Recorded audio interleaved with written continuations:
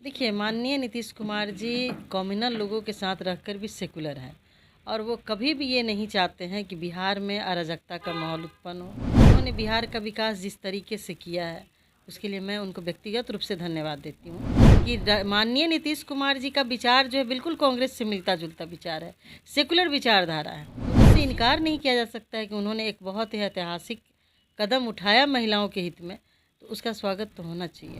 कहीं ना कहीं दबाव की राजनीति हो रही है और माननीय मुख्यमंत्री जी भाजपा के दबाव में राजद के नेताओं को डरा धमका करके जिस तरीके से वो लोग अपने पाले में ले गए, ये तो पूरा बिहार देख।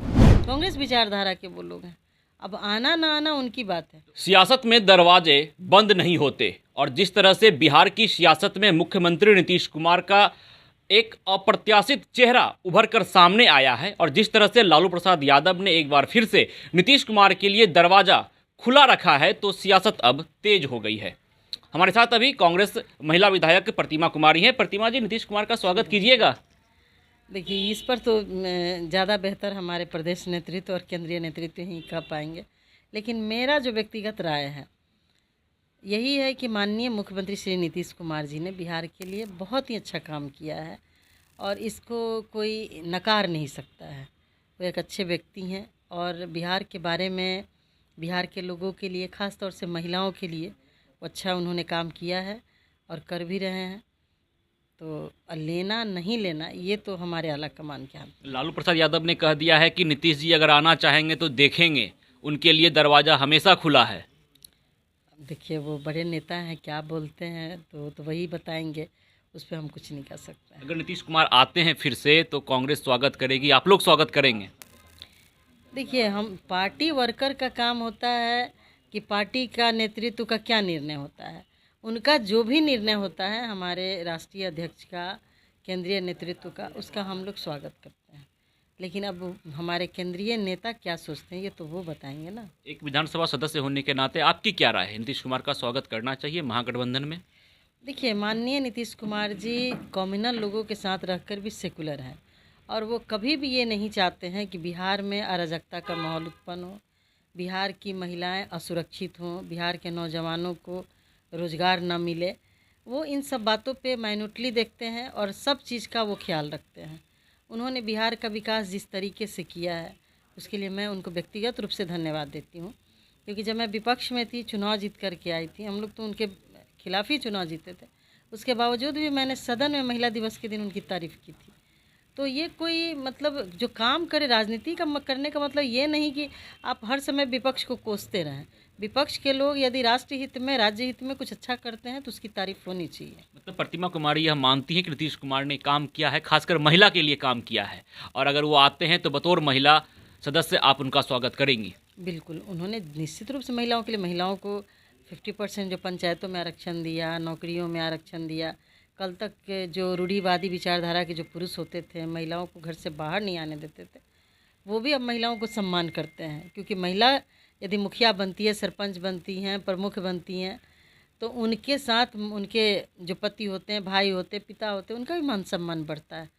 तो इससे इनकार नहीं किया जा सकता है कि उन्होंने एक बहुत ही ऐतिहासिक कदम उठाया महिलाओं के हित में, तो उसका स्वागत तो होना चाहिए। आप कह रही है कि नीतीश कुमार की विचारधारा, उनकी विचारधारा की आप बात करें, लेकिन नीतीश कुमार ने जिस तरह से इंडिया गठबंधन की मुहिम डाली और उसके बाद जब नाम रखा गया गठबंधन का इंडिया, तो नीतीश कुमार ने विरोध जताया और अभी भी नीतीश कुमार यही कह रहे हैं कि हम लोग विरोध जता रहे थे बतौर जदयू, बतौर नीतीश कुमार वो कह रहे थे कि हम लोग नहीं चाहते थे कि इंडिया नाम रखा जाए और इसलिए हम अलग भी हो गए। अब आप कह रही हैं कि उनकी विचारधारा हमसे मिलती है, कांग्रेस से मिलती है, कम्युनल है। अच्छा, देखिए, एक घर में 4 आदमी होते हैं, कोई ज़रूरी है कि चारों का विचार एक बात पे सहमत हो? तो ये इतना छोटा वजह नहीं रहा होगा माननीय मुख्यमंत्री जी को इंडिया गठबंधन से बाहर आने के लिए। कुछ उनकी मजबूरियां रही होंगी जो बता नहीं पा रहे होंगे।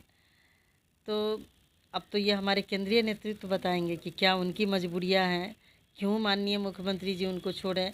और ये किसी को नहीं पता था, कहीं ना कहीं भाजपा के लोगों का जो एक निगेटिव राजनीति देश के अंदर चली हुई है, गलत लोगों को डराना धमकाना और अपने पाले में ला करके उनको वॉशिंग पाउडर से धो करके उनको स्वच्छ बनाना, तो ये देश की और बिहार की जनता देख रही है। अभी जिस तरीके से स्पीकर पे अविश्वास उन लोगों ने लाया था, और उनका संख्या बल भी नहीं पुर रहा था।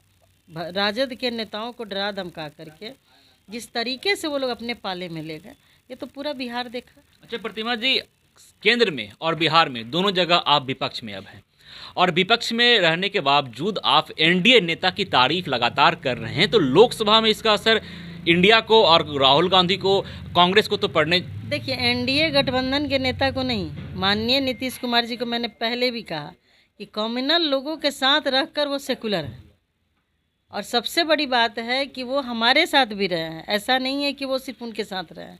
कब उनको लगता है, जब एक बार माननीय प्रधानमंत्री जी ने डीएनए की बात की थी और सभी दलों के लोग, आरजेडी, जदयू और कांग्रेस, सब लोगों ने मिल करके डीएनए टेस्ट करवाया था कि भाई बिहार के लोगों का डीएनए देश को मजबूती देने वाला डीएनए है।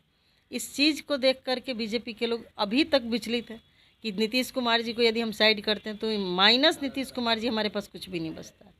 क्योंकि 2 करोड़ नौकरियों का वादा प्रति वर्ष, 15 लाख रुपये देने का जो वादा उन्होंने किया प्रत्येक व्यक्ति को, महंगाई कम करने का, भ्रष्टाचार खत्म करने का, कुछ भी नहीं हुआ। अच्छा, कुछ नहीं हुआ। जब लोकसभा चुनाव को लेकर आप क्षेत्र में पहुंचेंगी, चुनावी रैली करेंगी, तो उस वक्त प्रतिमा कुमारी क्या नीतीश कुमार ने जो काम किया है महिलाओं के लिए, वो काम आप गिनवाएंगी?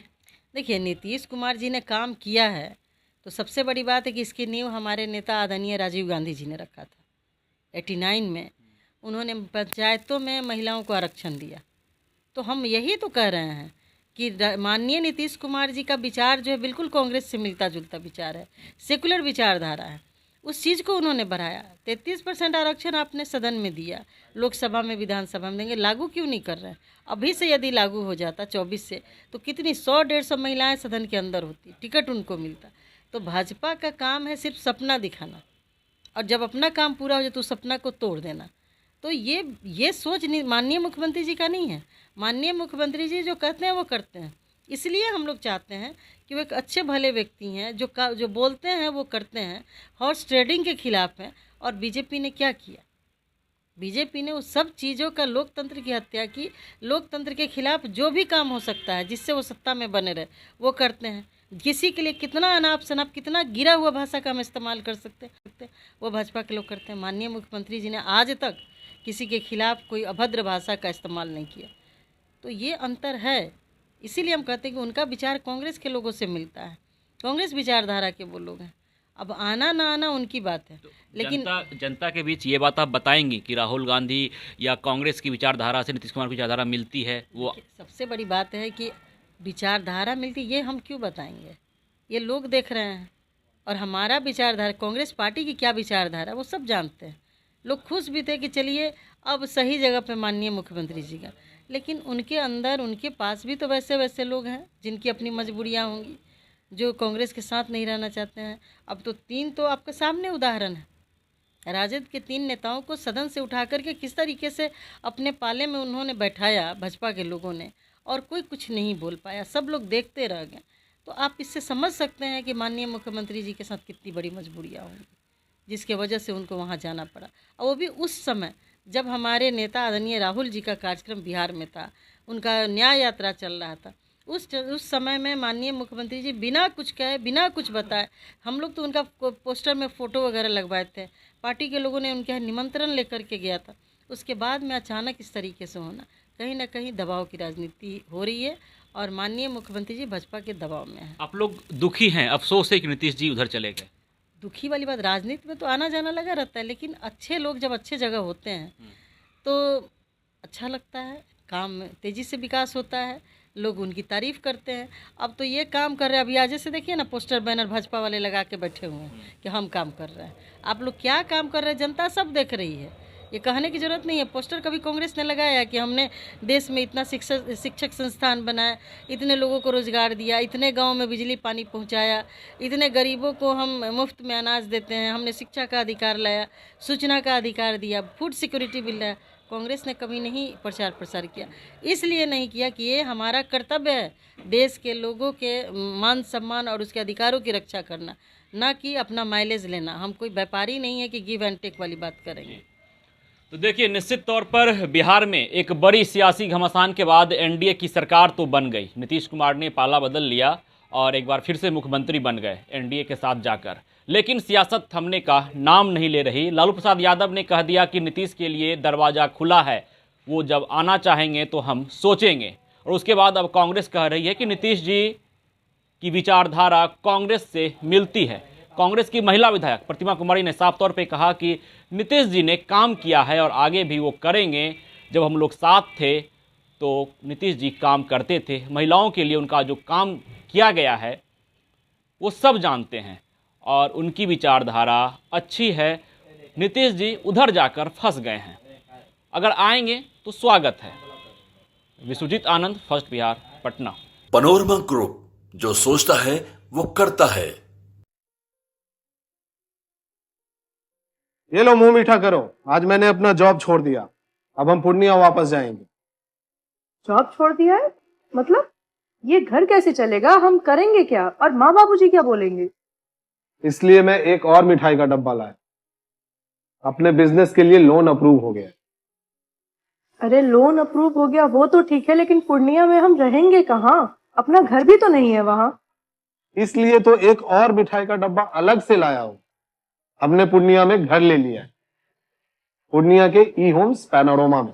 पूर्णिया में पैनोरमा ग्रुप लेकर आए हैं ई होम्स पैनोरमा। बड़ा घर, आलीशान जिंदगी और अत्याधुनिक सुविधाओं के संग। अरे अरे, अब क्यों मुंह मीठा करवा रही हो? क्योंकि हम घर वापसी जो कर रहे हैं। घर वापसी की खुशी पूर्णिया में ई होम्स पैनोरमा के संग। E homes panorama, luxurious lifestyle redefined.